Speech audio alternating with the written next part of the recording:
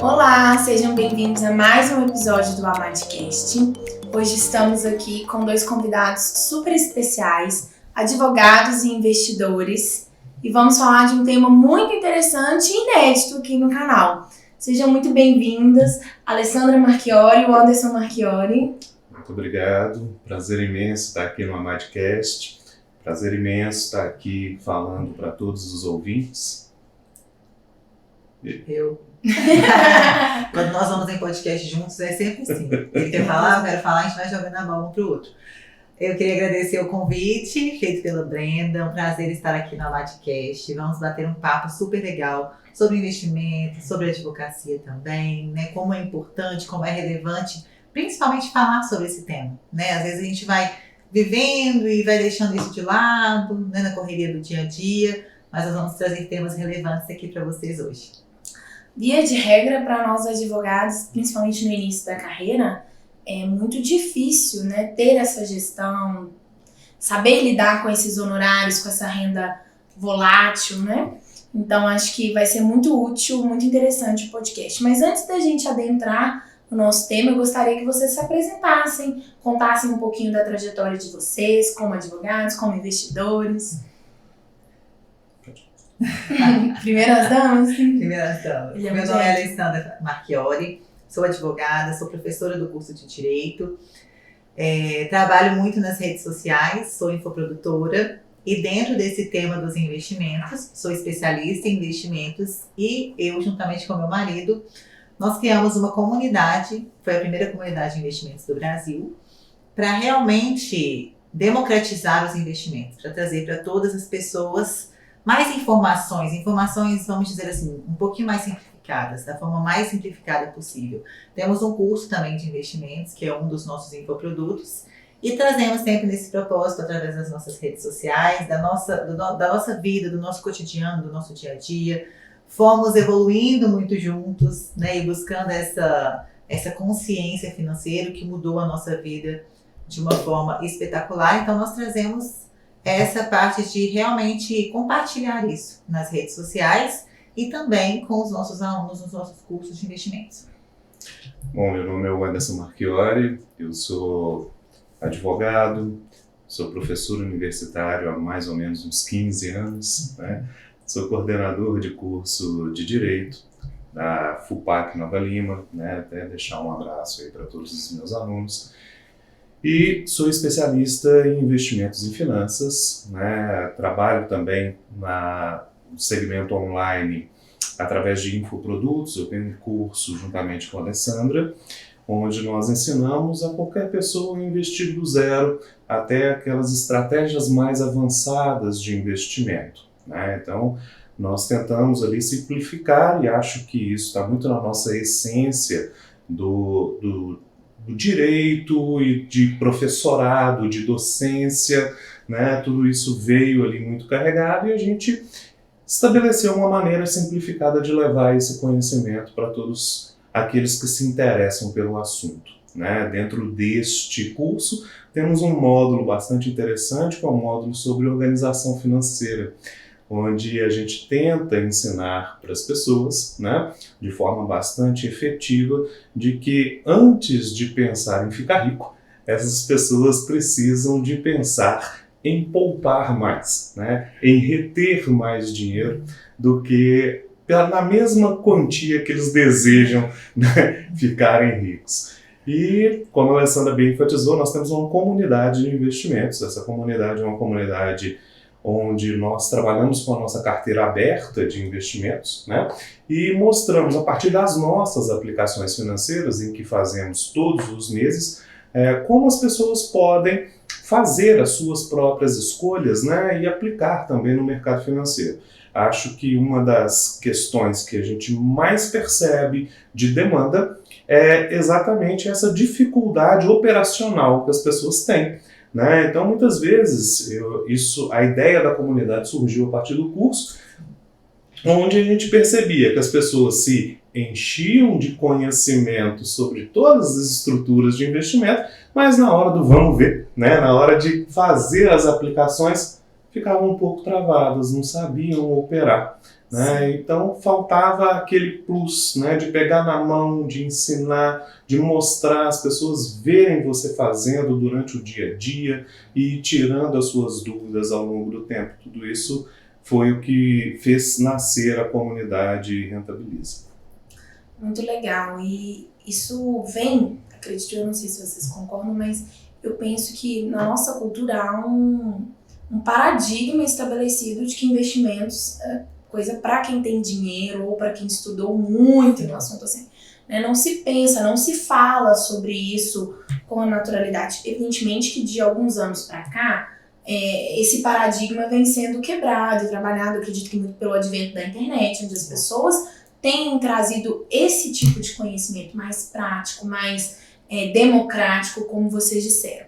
E aí eu pergunto, como então vocês se tornaram investidores, como vocês se interessaram por isso, porque sei, né, e vocês também já falaram, que são advogados e professores de formação. Como que vocês migraram especificamente, profissionalmente para essa área? Na verdade, essa área do investimento sempre foi um sonho pra gente. Então, às vezes a gente via o pessoal falando sobre investimento, nós pensávamos assim, nosso momento, nossa vida, nós vamos conseguir parar para fazer isso, parar daquele jeito, né?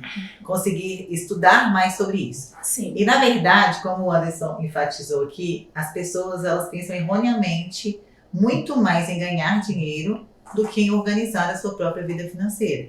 Então a conversa é sempre assim, se eu não tenho dinheiro, como é que eu vou investir? E com a gente foi o contrário, né? Na verdade, nós tivemos alguns probleminhas durante o nosso percurso e nós primeiro ganhamos dinheiro para depois buscar a organização financeira, ou seja, nós ganhávamos dinheiro com a torneira aberta, a gente não retinha dinheiro.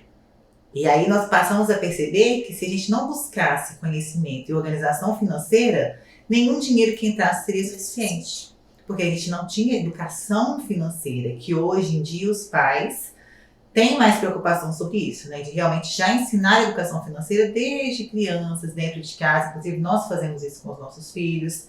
Então, esse nosso pneu furado nos trouxe essa grande solução para a nossa vida. E aí, nós pensamos em compartilhar.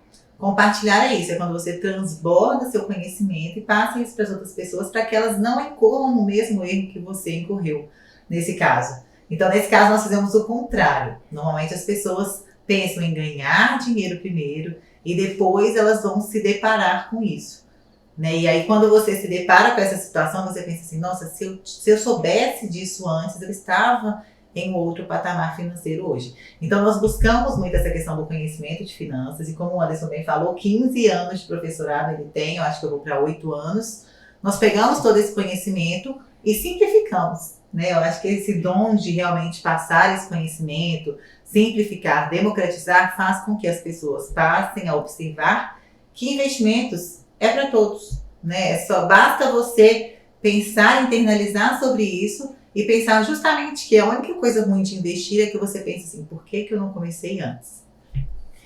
É muito sobre aquela situação, sabe? Que a gente vivenciou isso na pele. Na época, me recordo que eu estava lecionando na PUC Minas, né? Era professor, tinha semana inteira tomada de aulas, né? E nisso a advocacia girando muito bem também. E a gente estava numa situação financeira confortável, mas a gente sempre olhava para o lado e via, por exemplo, o exemplo de uma outra pessoa, um outro professor, que às vezes estava dando menos aula que eu, a advocacia não era tão engajada, mas viagem com a família, sabe? Conseguindo organizar suas coisas, conseguindo ter uma boa estrutura residencial para morar. E você fala assim, gente, o que está acontecendo? Né? O que estou fazendo de errado? O que eu estou fazendo de errado? Eu acho que esse cara deve ter alguma coisa que ele faz além, né, do que eu faço. E aí, a gente tem muito essa dificuldade, muitas vezes, de entender que o erro está conosco, né? É aquela questão de sempre achar que o erro está no outro, né?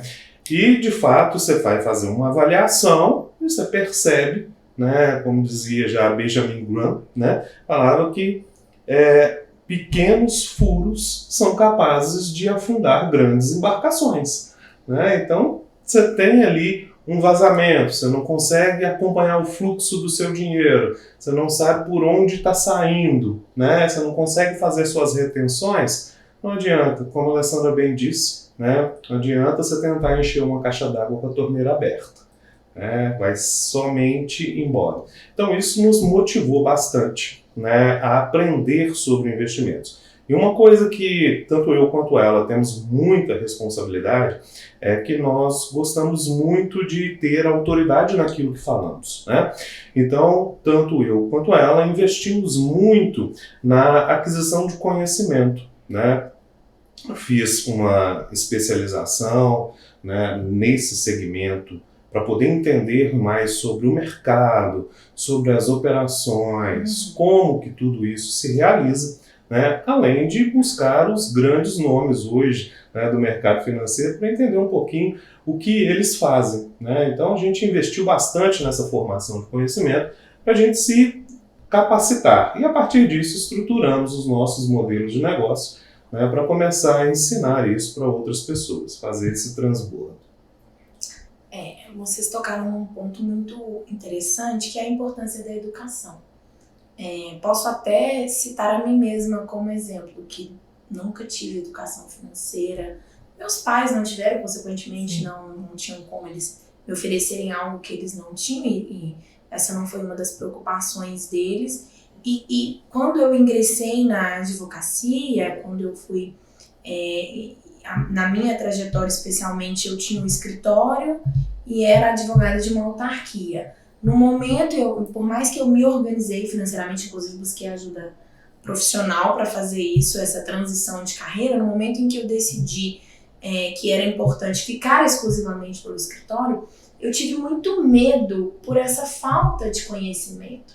Porque, né, dentro do mercado da advocacia, a renda oscila bastante, né, tanto em valores quanto em frequência que isso chega. Então, eu pensava, meu Deus, né, e agora? Como é que vai ser? Como é que eu vou viver? Eu tinha muito aquela mentalidade do salário fixo, né, aquela segurancinha de que pelo menos isso aqui, durante um tempo, eu tinha o fixo e tinha o variável, que era o escritório. Então, estava tudo bem, eu me garantia com isso aqui. E aí que vem o erro, porque eu achava que eu era uma pessoa que tinha algum controle, alguma organização financeira. E aí eu percebi que não, principalmente quando esse fixo, claro que no início não existia, hoje o escritório já, essa previsão já existe, o escritório está organizado, os rendimentos também. Mas assim, é muito complicado, muito importante essa questão do conhecimento. E vocês foram buscar isso. Inicialmente, vocês buscaram isso para vocês, ou vocês já tinham em mente assim, essa questão de profissionalizar, como vocês são professores, né? O professor sempre está querendo ensinar algo a alguém, né? O que aprende já quer ensinar. Como que foi? Na verdade, a princípio, nós começamos a buscar para nós mesmos. Sim. Né? Nós passamos a observar que sem essa organização financeira, independente de qual valor a gente faturava, nunca seria suficiente, né? Com a torneira aberta. Então, nós buscamos para nós mesmos.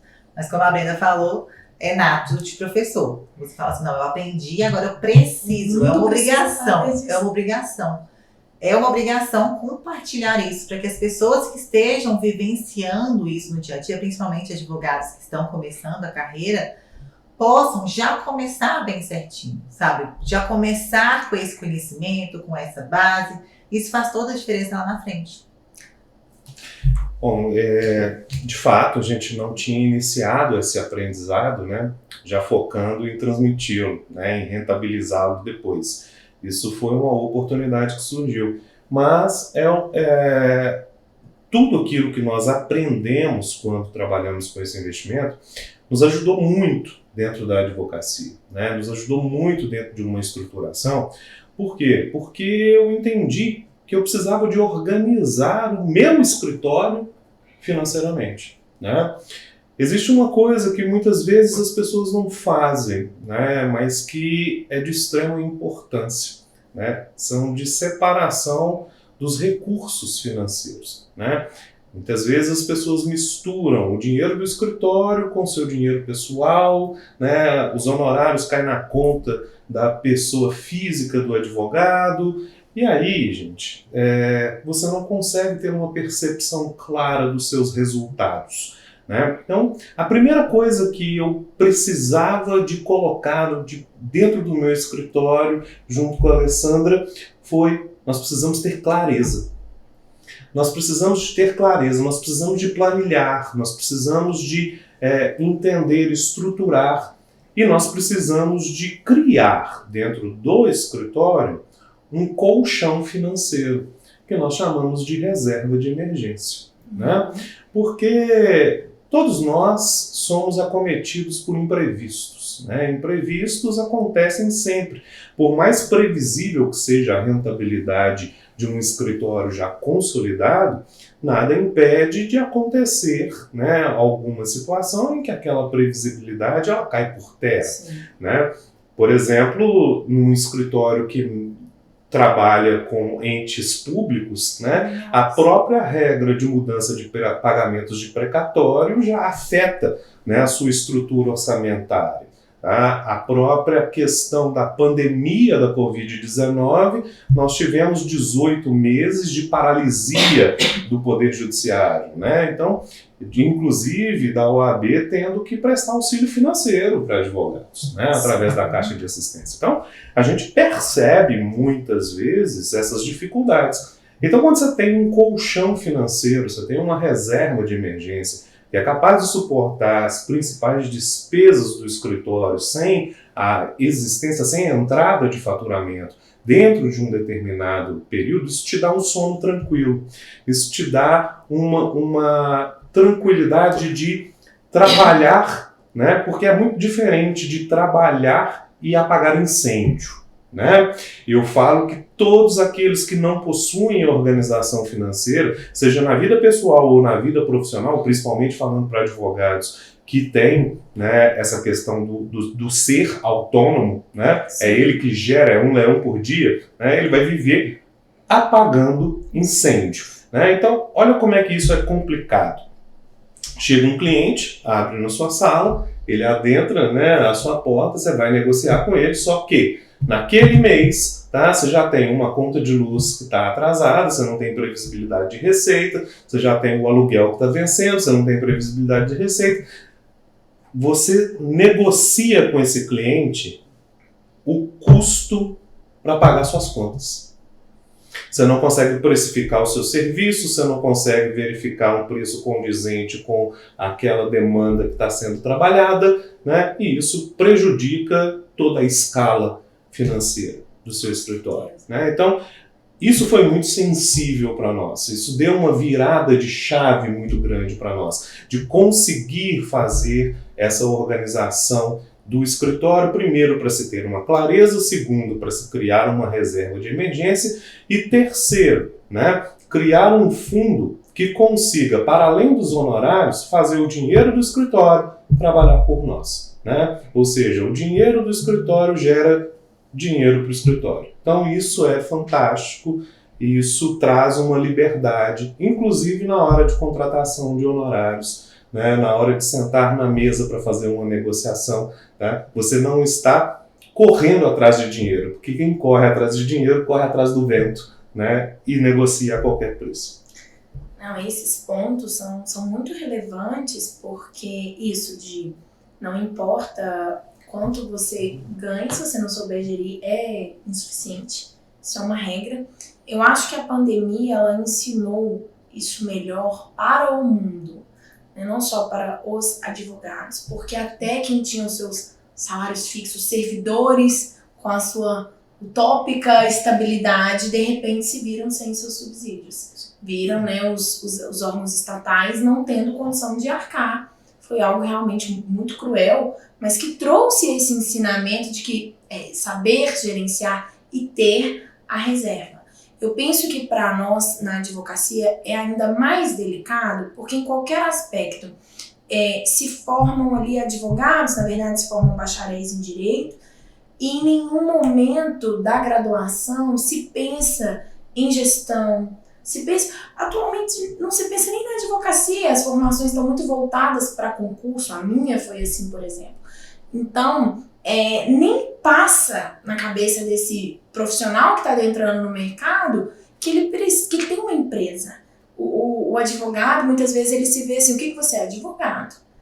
Mas se você não sou autônomo, né? Não, você tem uma empresa, você tem um negócio, essa separação das contas da pessoa jurídica para a pessoa física é algo que a gente vê também até com nossos clientes de consultoria, isso é algo que afeta a todos, mas para nós advogados ainda, porque no nosso caso não tem nem essa exigência inicial. Eu posso advogar e receber vultuosos valores desde o início na minha conta de pessoa física. Eu não preciso ter ali, né, necessariamente uma nota fiscal para emitir para o meu cliente. Então, assim, eu acho que isso realmente corrobora para toda essa dificuldade para manter os advogados nesse limbo, nessa falta de conhecimento. Até que se percebe que, peraí, existe um limite de tempo, que o que você disse, olha, eu já estava ocupando a minha semana inteira com aulas, o escritório estava indo bem, mas ainda assim faltava alguma coisa. E você chega num ponto que você fala, tá, mas eu não tenho mais o que fazer, eu não tenho como mais ter outro cliente, eu sou um só, né?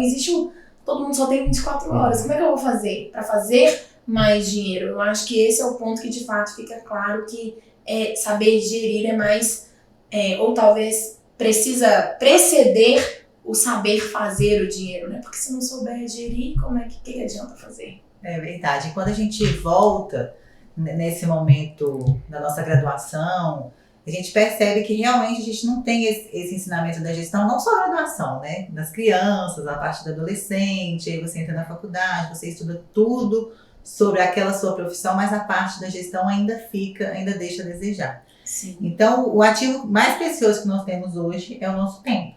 Infelizmente, a maioria das pessoas só percebem isso quando elas já estão ali dentro de uma situação onde ela tem que trazer uma solução, porque ela se vê diante de um problema. Normalmente, a gente tem vários estágios na nossa vida quando a gente tem um grande problema. E aí você se vê naquele momento e fala assim, poxa, eu preciso mudar isso aqui. Então, na advocacia, principalmente, o pessoal procura essa parte da gestão quando realmente as coisas dão uma embolada geral. Né? Aí o pessoal fala assim, opa, deixa eu organizar isso aqui, porque senão realmente depois fica mais difícil de organizar. Né? E aí é interessante, porque é só procurar, é só buscar conhecimento, quanto mais, melhor. Né? E a partir do momento que você tem mais conhecimento, você se municia, você tem menos medo. Né? Então você vai com mais coragem, você busca esse conhecimento sem despido de orgulho, né? Porque todos nós, independente do momento profissional que a gente esteja, nós precisamos sempre aprender e aprender cada vez mais. E quando você se municia disso, tudo fica mais leve, né? Você até trabalha com mais tranquilidade. Igual o Anderson falou, se você tem um colchão financeiro, você não trabalha apagando incêndio, você trabalha com tranquilidade, você sabe que você tem um colchão e desta forma, usando dessa mentalidade, você trabalha com mais tranquilidade, trabalha com mais efetividade, você faz mais dinheiro, aumentando cada vez mais aquele colchão e trabalhando cada vez com mais liberdade, não vendendo o seu tempo. Você trabalha com liberdade, com crescimento, buscando uma vida cada vez mais próspera e respirando bem. Exato. Pegando sua fala, o bem mais precioso que nós temos e o mais escasso é tempo. Sim. E tempo é dinheiro. Se você perde dinheiro, né, se você não consegue reter dinheiro, você está automaticamente perdendo tempo. Né? Então, a própria ideia de não ter uma separação, receber vultuosos honorários, né, na pessoa física, você está perdendo dinheiro. Você vai pagar 27,5% imposto de renda. Né? Enquanto uma pessoa jurídica, você vai pagar 11%, né, de imposto de renda com relação a isso. Sim. Então, é discrepante. Existem 3 tipos de dinheiro. Né? Aquele dinheiro que você faz, aquele dinheiro que você gasta e aquele dinheiro que você deixa na mesa. Infelizmente, quando você está tomando esse tipo de decisões, você está deixando dinheiro na mesa. Como nenhum dinheiro fica na mesa, tem sempre alguém que pega, né? Exatamente.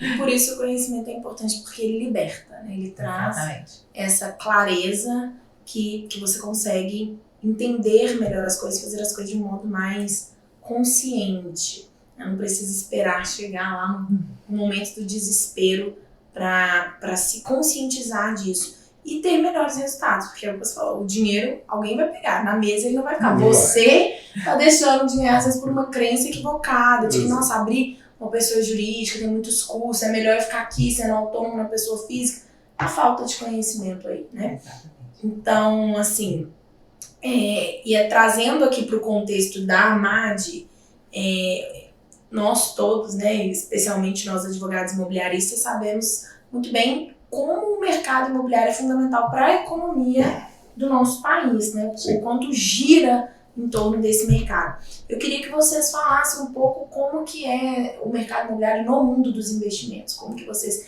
enxergam isso.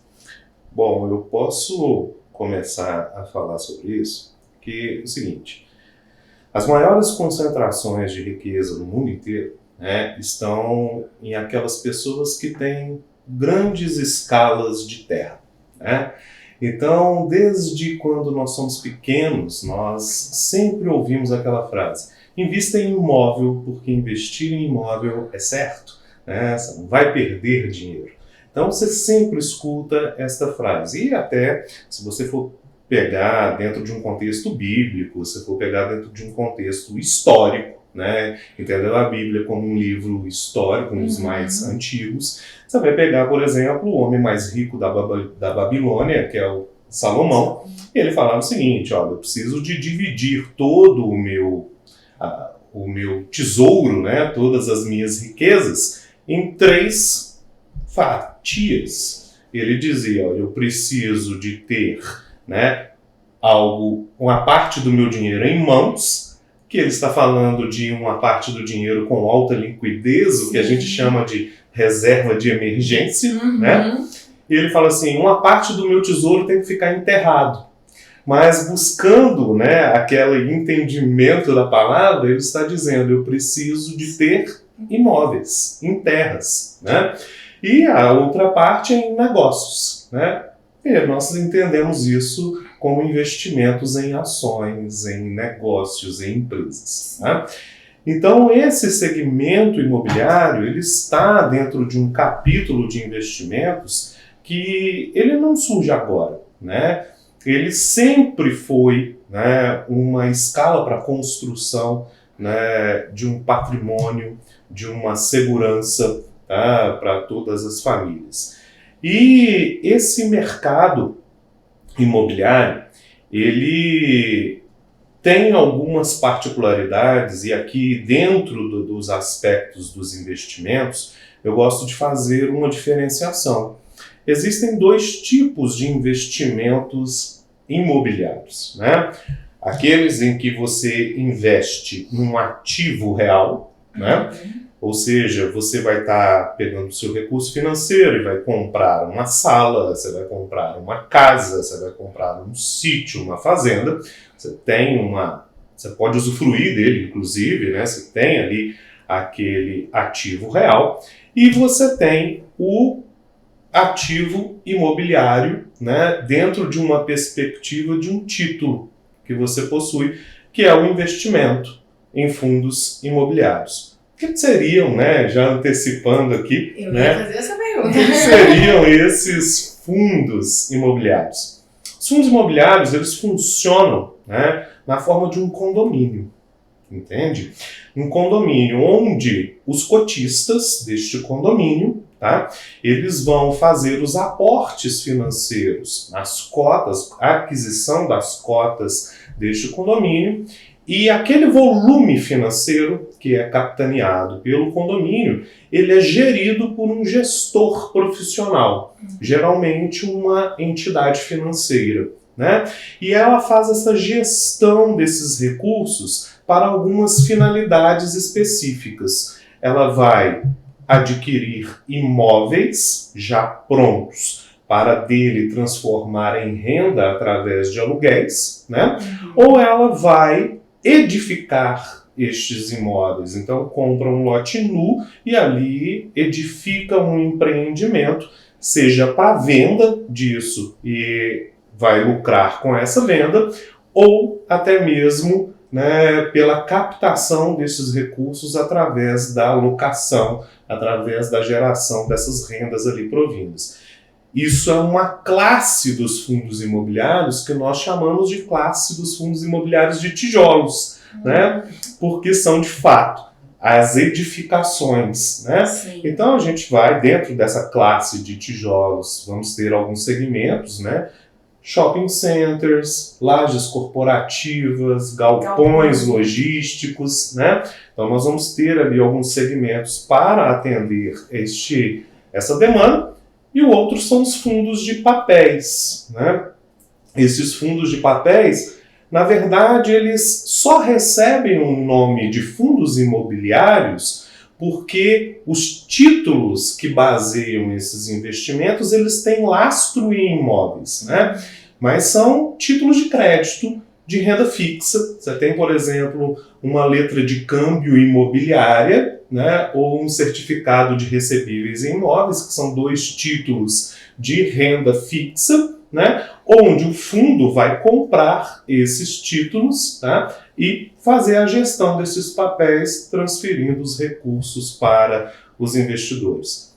Qual que é o grande quê, né? O que a gente acha que é muito legal dos fundos imobiliários, que diferencia um pouquinho desses investimentos em imóveis físicos? Primeiro, a administração. Você, nos fundos imobiliários, fica com o melhor do investimento, que é só cuidar do dinheiro.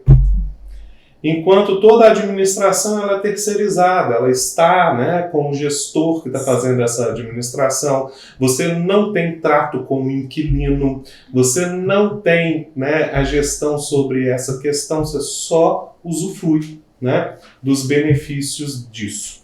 Uma outra questão que a gente fala que é muito fantástico com relação a isso.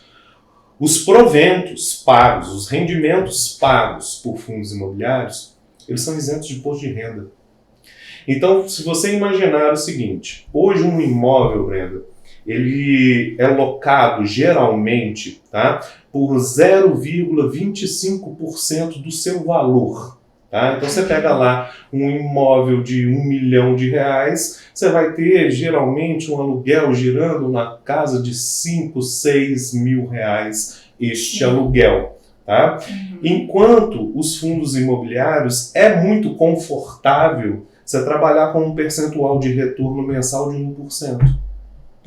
Que é uma diferença extremamente significativa. E com outro detalhe, se você loca o seu imóvel, tá, e aquele locador ele te paga o aluguel, você é obrigado a declarar no seu imposto de renda. Né? Então, aquilo complementa a sua renda, sobe sua alíquota, você paga mais imposto, tá? Enquanto nos fundos imobiliários você se torna isento dessa aplicação. Eu tenho uma impressão, vou falar que é uma impressão, porque eu não tenho conhecimento para dizer se é ou não, e vocês que vão me responder. Eu tenho uma impressão de que os fundos imobiliários, eles são uma boa porta de entrada para os investimentos, por 2 motivos. Nessa minha impressão. Primeiro, porque é muito confortável cultural e historicamente falando, porque isso foi incutido em nós a ideia de que invista em imóveis, né? Põe o seu dinheiro em tijolos. E isso é possível. Então é mais fácil você sair ali de vou comprar um imóvel físico, vou investir num fundo imobiliário, do que não vou comprar um imóvel físico, vou comprar ações, enfim. Esse é um fundamento para minha impressão. E o segundo é que exatamente o que você falou, eu só fico com a parte boa. A impressão é que eu não preciso ter tanto conhecimento sobre o mercado financeiro, sobre a operação financeira, que eu acho que é o que afasta. Eu já fiz um curso de investimentos, por exemplo, Scandals. Não coloquei em prática, inclusive, mas estou com esse conhecimento aqui. Justamente porque você olha aqueles gráficos e você fala, e agora? Meu Deus, eu sou de humanas. Mas, então, a sensação que eu tenho, por exemplo, é que eu tenho um bom gestor. É mais fácil saber escolher um bom gestor, uma boa carteira de um fundo imobiliário, do que de ações, por exemplo, e diversificar os meus investimentos ali na bolsa de valores. Você concorda com essa minha impressão ou eu estou totalmente equivocada? Os nossos alunos, tanto do curso quanto da comunidade, eles gostam bastante de fundos imobiliários, né, amor? Não só porque temos lá várias opções, estudamos sobre isso, mas também por causa dos dividendos que eles recebem. Então, eu acho que fundos imobiliários, faz muito sentido isso que a Beta falou. Os fundos imobiliários, as pessoas, não sei, elas têm mais abertura para eles. A partir do momento que nós explicamos, como a Andressa explicou aqui brilhantemente, as pessoas conseguem visualizar melhor do que as ações. E os fundos imobiliários têm a parte muito boa, que são os dividendos que caem na nossa carteira. Então, a pessoa ela visualiza aquilo ali de forma mais prática. Né? Então, ela fala, olha que legal, agora eu coloquei meu dinheiro para trabalhar para mim. Bom, é muito interessante, viu, Breno? Eu concordo em partes com as suas colocações, mas só por conta de algumas questões. Eu acho, sim, que os fundos imobiliários é uma excelente porta de entrada para o investidor iniciante, para aquelas pessoas que estão começando no mercado financeiro. Não é tão simples quanto investir, por exemplo, não é tão complexo como ações, mas também não é algo tão simples assim. Porque nós precisamos de entender que tanto ações quanto fundos imobiliários são ativos de renda variável. Eles são negociados em bolsa de valores. Então, a renda fixa a renda fixa ela é mais confortável. Porém, os fundos imobiliários, se comparado com as ações, nós podemos dizer que eles oscilam menos do que as ações têm este reflexo, sabe? Por que eles oscilam menos? Por uma simples lógica contratual, né? Vamos imaginar o seguinte, eu tenho um empreendimento, um fundo imobiliário, que trabalha com lajes corporativas, né? Então, essas lajes corporativas, elas se compõem de um conjunto de salas e de lojas de um prédio. Sim.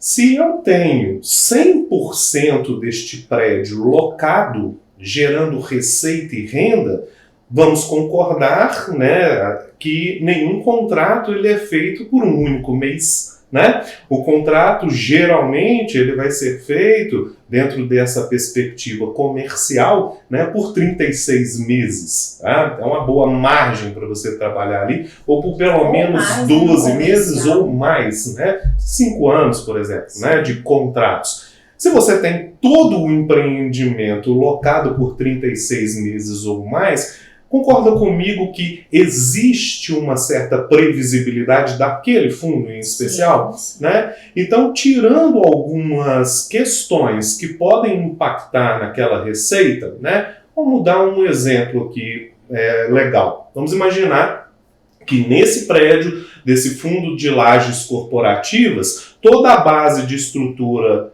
das principais lojas de baixo eram ocupadas pelas lojas americanas, né, que eram o locador, era o inquilino. A partir do momento que as lojas americanas pedem uma recuperação judicial, né, aquilo pode impactar financeiramente a saúde do fundo, né, porque ele tem um inquilino e boa parte da receita daquele fundo advém daquela locação. Né? Então, isso pode impactar. Então, assim, existe uma necessidade de você fazer uma análise dos fundos, né? Para fazer essa seleção dos bons fundos, que também passa por você adentrar no portfólio, né? De você adentrar ali e tentar verificar quem são os inquilinos, qual a margem, né? Quais são os prazos de vencimento desses contratos, né? Qual é a taxa de vacância desse fundo imobiliário, que pode ser que você tenha um excelente fundo imobiliário, mas ele está com 50% de vacância, né? Ou seja, a loja não está completa, né? Alguma coisa está acontecendo ali. Você tem essas características e aí você precisa de verificar a saúde financeira deste fundo. O que eu acho muito interessante, tá? É exatamente isso. É mais fácil, é uma porta de entrada e todos nós adoramos uma dopamina, né? É aquele sentimento bom, né? De tá dando certo, sabe?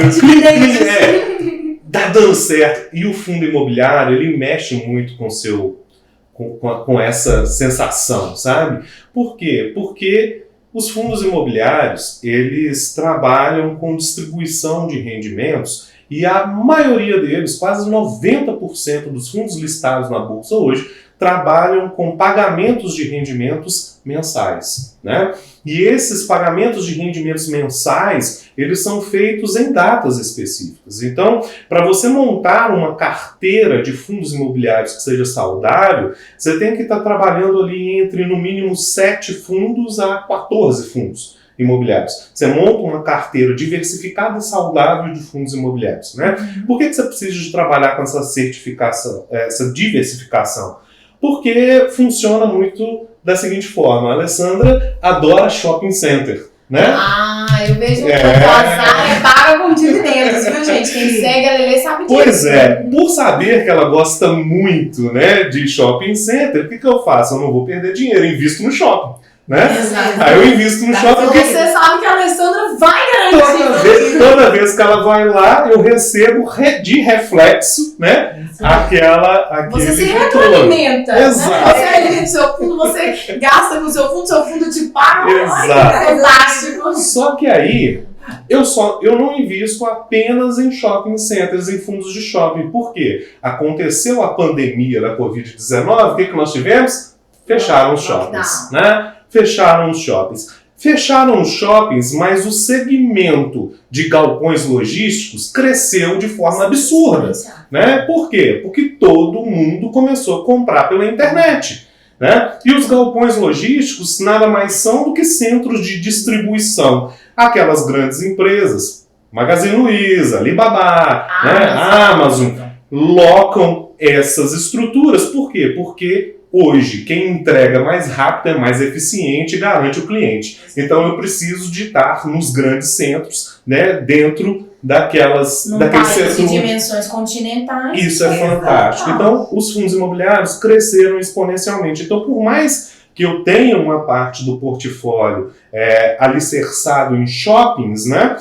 Houve uma queda desse setor, mas os fundos imobiliários compensou, no galpões logísticos compensaram, você tem uma balança bem equilibrada disso tudo. Então, para você trabalhar com uma boa diversificação deles, tá? Você consegue trabalhar ali nessa gestão, né? De 7 até 14 fundos é saudável. Mais do que isso é loucura, porque você não vai conseguir acompanhar, né? Então aí você vai estar desperdiçando seu tempo, dinheiro, e tempo é valioso. E nada muda, né? Algumas máximas, eu falo que as máximas viram máximas porque elas são reais, né? O olho do dono é que engorda o gado. Não adianta, não existe nada que vá te trazer um retorno sem a sua dedicação.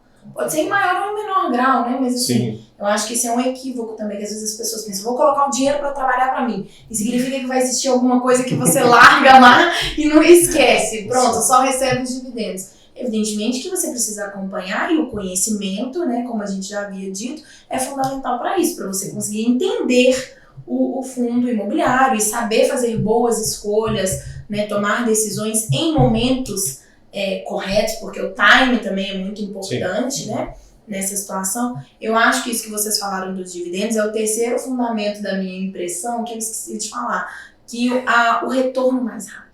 Então eu penso, né, assim, para você ter um retorno em ações, por exemplo, ou você vai fazer grandes aportes, né, você precisa de esse retorno demora um pouco mais, acontece na operação ali. O dividendo, olha para você ver, dos fundos imobiliários, você consegue ali mensalmente, então dá aquele conforto de, olha, estou investindo e já estou vendo o resultado desse esforço, né? A nossa mentalidade trabalha muito nesse sistema de recompensa. Então, tá valendo a pena o meu esforço porque eu estou vendo a recompensa. Quando ela é no longo prazo, às vezes a gente acaba por se perder. Mas, trazendo aqui para o assunto que a gente gosta, como bons imobiliaristas, advogados que somos. Quais são, então, você falou muito aqui em diversos momentos, na sua fala eu identifiquei habilidades, né, dentro desses conhecimentos, não necessariamente financeiras, mas jurídicas, do ponto de vista jurídico, de entender a natureza do empreendimento. Quando você fala da previsibilidade dos contratos, por exemplo, além de ser previsíveis, tem as multas contratuais, as penalidades pela rescisão antecipada, né, que um bom contrato assegura ali, que também traz essa solidez para o fundo imobiliário. O que você enxerga, como que, né, que vocês enxergam que a advocacia pode atuar nesse segmento? quais são as oportunidades de negócios, né, na área da advocacia imobiliária, pensando aí em fundos imobiliários, no mercado imobiliário? Bom, a primeira questão é, né, você consegue, a partir dessa advocacia imobiliária, você fazer a prestação de serviços diretamente para o fundo, né? Porque o fundo, apesar dele ter uma gestão profissional, nós estamos falando de um profissional que conhece do mercado financeiro, ele conhece bem da administração dos recursos, né? Como fazer, ele conhece bem o ciclo imobiliário, né? Qual é o momento de construir, qual é o momento de vender, qual é o momento em que eu preciso, né, de negociar aluguéis. Então, todo esse ciclo imobiliário está muito claro para esses gestores profissionais. Mas existe toda uma necessidade de amarrações jurídicas que precisam ser construídas por esses contratos. E são contratos de grande vulto econômico, né? São contratos de imóveis AAA, né? Então, você está falando dos melhores imóveis que existem no país, eles são geridos hoje por fundos, né? Esses fundos eles se concebem praticamente como empresas. Então você tem essa oportunidade de estar neste meio prestando esse serviço diretamente para o fundo, para assessorar juridicamente na elaboração do contrato com as previsibilidades de multas contratuais, rescisões, né? E até mesmo na cobrança dos inadimplentes, porque a gente tem que entender que, apesar do fundo imobiliário ser um investimento para o investidor de ponta, por trás daquele ticker, né, que a gente compra o fundo imobiliário, ali por trás existe uma empresa que gere todos aqueles imóveis que são ocupados por inquilinos. Esses inquilinos, eles podem ter inadimplência financeira, então existe uma necessidade de estabelecer um processo de cobrança, né, um processo de notificação. Então você tem todo um ramo, um nicho em que você tem acesso, né, através da advocacia. E para o investidor de ponta, né, você conseguiria prestar este serviço de assessoria jurídica para auxiliá-lo na escolha de bons fundos imobiliários, né? Você vai verificar dentro de um portfólio daqueles fundos quais são os inquilinos, né? E aí o advogado ele tem condição de fazer uma busca para verificar o histórico, né? Você verifica o histórico daquele cliente, daqueles inquilinos que estão ali presentes, né? Se existe algum detalhe em especial que deve ser chamado a atenção. E, principalmente, uma das maiores dúvidas que eu percebo quando as pessoas fazem investimentos em fundos imobiliários é porque a gente precisa de entender que você está investindo num fundo e você, então, é proprietário daquele imóvel que você investe, né? Então, eu invisto em shoppings, né? Eu sou um pequeno proprietário de uma grande empresa, né? De um grande empreendimento. Então, a tomada de decisões sobre aquela empresa, eu preciso de ser consultado. Então, você investindo em fundos imobiliários, não raro, você vai receber um e-mail da empresa gestora te falando o seguinte: ó, está aqui uma Assembleia Geral Ordinária que nós estamos convocando para você aprovar, reprovar, dizer que concorda ou não, né, com as contas do condomínio, né, com as contas do fundo. Então você tem uma fase de prestação de contas, você tem toda uma estrutura que vai te falar, né, recentemente um fundo muito conhecido, né, ele fez um desmembramento das suas cotas. Então ele tinha lá uma cota que estava sendo negociada a R$ 89,00 uma cota, ele desmembrou em 10, né, uma cota em 10. Então, de um dia para a noite você viu a cota ser transformada em R$ 8,00. Aumentou o seu número de cotas, mas transformou em R$ 8,00. Só que isso foi deliberado antes, houve um comunicado para todos do fundo, uma consulta formal para tudo isso, né? E muitas vezes, quando a pessoa não tem um profissional que tem aptidão para poder fazer a leitura desses documentos, ela simplesmente vai na manada, né? Sim. Concordo. Ou me abstenho de votar. Li tudo e desejo continuar. Exato. Então é um mercado propulsor, eu vejo grandes oportunidades ali dentro. Na verdade, assim, diante de tudo que você disse, me remeteu até uma fala minha numa palestra da AMAD recente, em que eu falei exatamente sobre oportunidades do mercado imobiliário, e eu toquei nesse ponto que não necessariamente a gente precisa inventar a roda. Às vezes o que muda é o modo de fazer. Tudo isso que você disse, os contratos imobiliários, o regramento condominial, os documentos ali, esse regramento é muito comum, muito natural para nós, na nossa advocacia.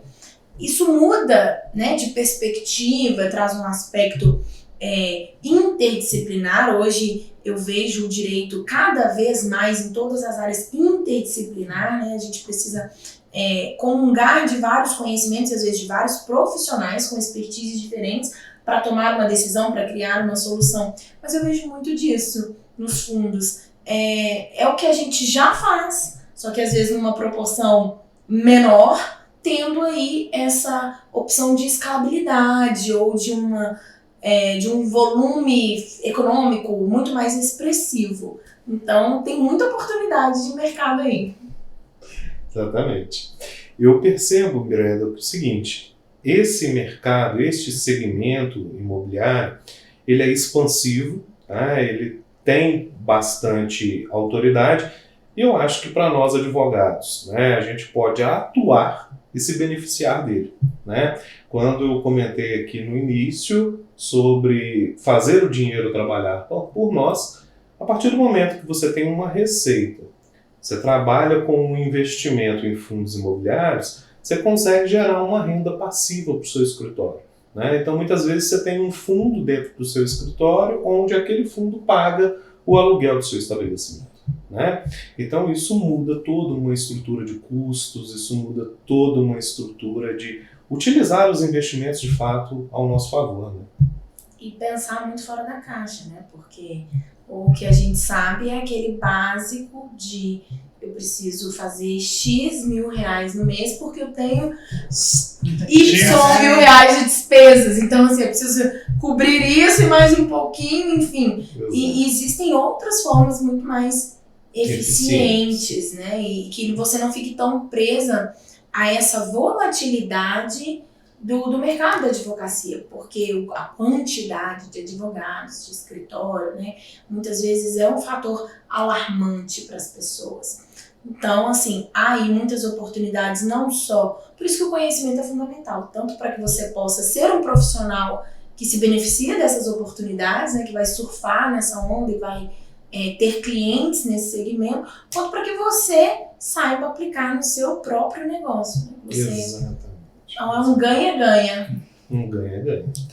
Ter como é que é, amor? Neuroplasticidade, né? Você conseguir hoje, quando você se torna generalista, vamos dizer assim, você consegue atuar em várias frentes, você consegue atuar sobre várias perspectivas, né? Você amplia o seu foco, amplia as suas oportunidades, amplia a sua captação, desde que você se mantenha compromissado, né? Respeitoso com aquilo que você se propõe a fazer, né? Eu acredito que o mercado é amplo, vasto, tem espaço para todo mundo, né? E está todo mundo, como diz você, né, irmão? O dinheiro está por aqui, né?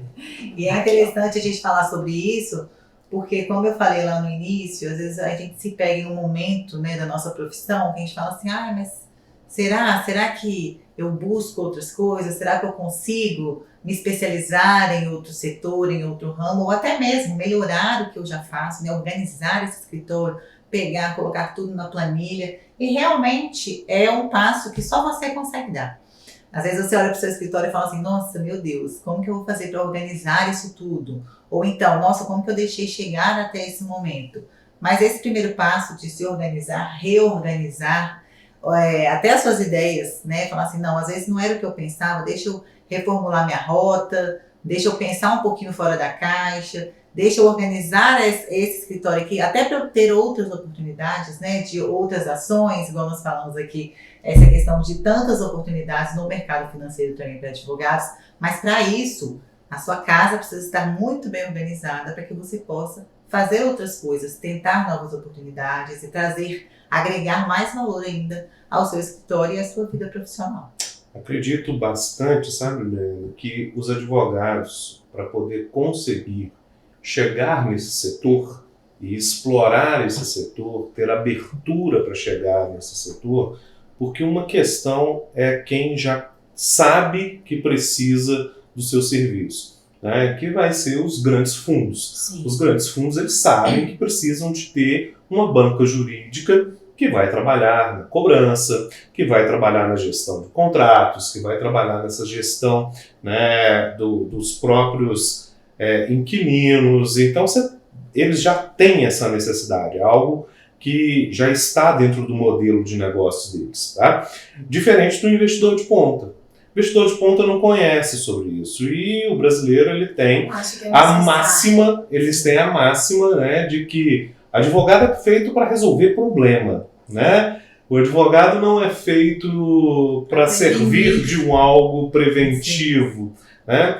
Então, é até papel do advogado levar este conhecimento, saber fazer este alcance, né? Trabalhar, por exemplo, uma estrutura de investimentos no fundo imobiliário, mas chamando para a sua expertise, né? Você se sente seguro a votar numa assembleia de um fundo imobiliário que você comprou? Você sabia que você pode estar autorizando a execução de um ato, né, que é contrário ao seu interesse? Então é muito importante que você tenha, né, um detalhe sobre isso, que essas indagações cheguem ao público, né? Não vai chegar de graça, eles não vão ter esse start. Né? Muitas vezes vão procurar quando o leite já derramou. Sim. E aí você vai verificar que muito pouco lhe resta fazer. Né? Porque houve uma assembleia, você teve vista dos documentos, você sinalizou... Devidamente convocado. Você sinaliza a sua aprovação, né? Complexo você falar ali num vício de consentimento, né? Numa perspectiva de ignorância, uma fraude, não vai acontecer.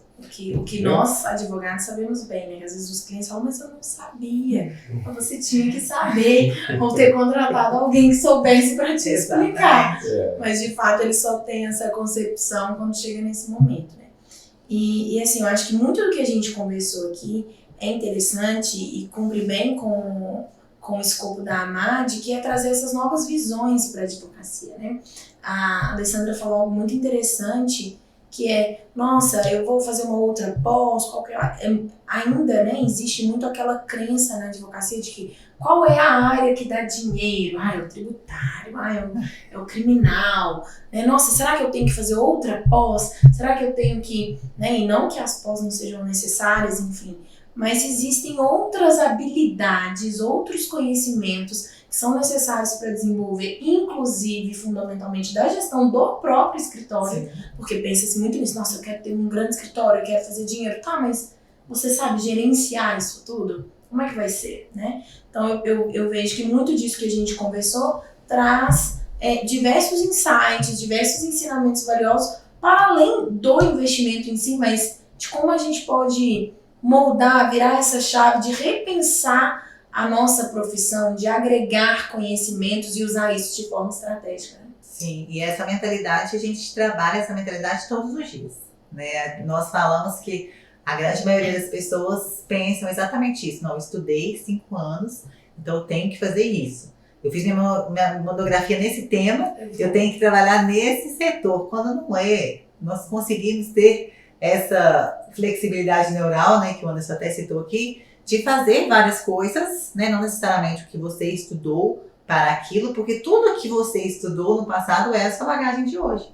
Então, se você falar assim, olha, agora eu quero advogar em outra área, agora eu quero fazer uma outra coisa totalmente imprevisível, né, eu vou usar minha habilidade para outra coisa, então vou usar essa outra habilidade no meu próprio escritório para ver se eu, né, aumento ainda mais meu faturamento, minha gestão e etc. Tudo que a gente estuda, todo conhecimento é agregado. Então, tudo que você estudou, você nunca vai perder. Mesmo se você sair da advocacia para outra profissão ou de outra profissão para a advocacia, tudo vai ser a sua bagagem. Então, isso aí a gente vai levar para a vida inteira.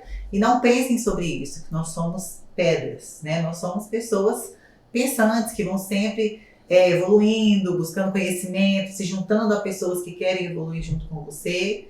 Acho que essa é a nossa grande questão, estar sempre em desenvolvimento. Exato. eu vivi isso, né? Eu era do direito público, fiz uma OAB constitucional, a faculdade inteira era uma apaixonada pelo direito público, fui advogar, e eu falo muito disso até em palestras, nas mentorias e consultorias do escritório para outras advogadas, porque outra coisa importante também é o exercer, é se permitir. Sim. Ao exercer, continuo sendo uma apaixonada pelo direito público, mas eu falo que eu sou acadêmica.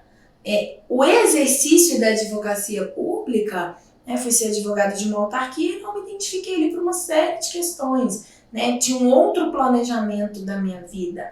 E aí me encontrei no imobiliário, mas vivi um pouco dessa dor da perda, mas nossa, eu fiz uma pós, eu investi tanto tempo, tanto dinheiro, né? Escolhi a melhor pós que eu podia fazer em direito público. E, evidentemente, todo aquele conhecimento, como você falou, está aqui, eu utilizo desse conhecimento todos os dias, mesmo não sendo hoje a minha área de atuação, né? Tendo migrado para o imobiliário, indo para o oposto do direito público, totalmente para o privado, na perspectiva da minha atuação. Bom, mas agora já caminhando aqui pro final do nosso podcast, porque tenho certeza que poderíamos render bastante esse assunto, mas acho que estou convicta de que já tem ouro aqui, né? Sobre fundos imobiliários, sobre gestão de escritórios, sobre uma mentalidade, sobre a neuroflexibilidade. Sim. Eu gostaria, então, que vocês indicassem, né, para o nosso público um livro que vocês gostam, que vocês acham, não precisa ser necessariamente sobre investimentos, sobre fundos imobiliários, pode ser do assunto que vocês quiserem, um livro aquele que você fala, todo mundo tem que ler, e também uma frase, se vocês têm alguma frase que é marcante, que é motivacional para vocês, que vocês compartilhem para inspirar. Bom, livro, eu vou seguir na nossa linha aqui de investimentos. Eu acho que um livro que virou muito a nossa chave, não só a minha chave, mas a chave da nossa família, né? É Os Segredos da Mente Milionária, porque nesse livro tem vários insights que nos traz a realidade, né? Então traz essa questão de buscar a clareza, de ter uma planilha, de viver dentro da sua realidade, não dentro, mas abaixo um pouquinho da sua realidade. Então essa foi uma grande virada de chave pra gente, O Segredo da Mente Milionária. E uma frase também, vou tentar seguir nessa mesma linha e vou usar uma frase que o Anderson falou aqui com vocês, que é: ganha mais quem retém mais.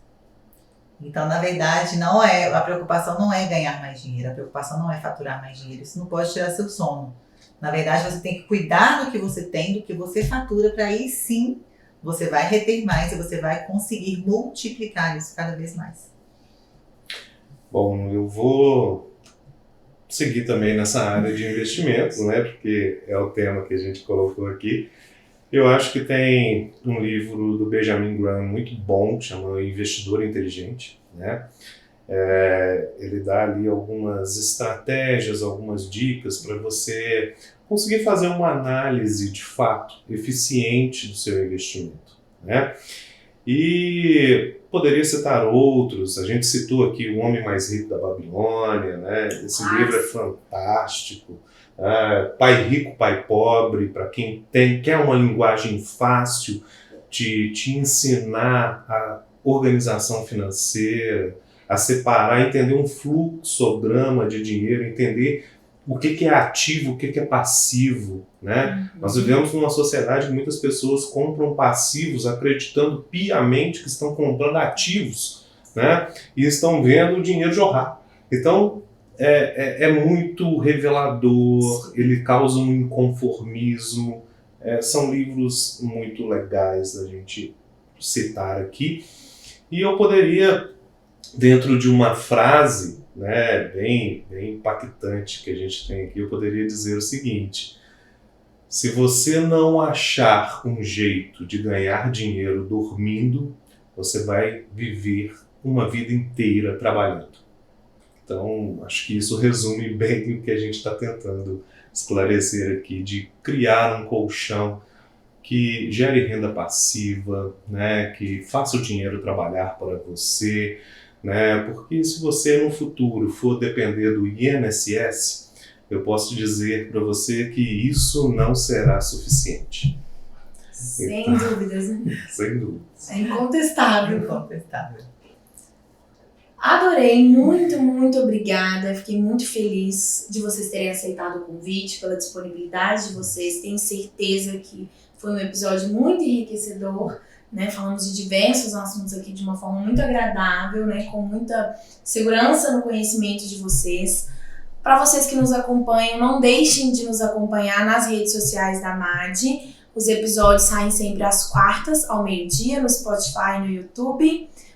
Acompanhem também eles nas redes sociais, podem indicar para a nossa audiência qual os canais que vocês estão. Nos sigam nas redes sociais, meu Instagram é @AlessandraMarchiori. O meu é @AndersonMarchiori. E nos investimentos é o Rentabilize_Invest.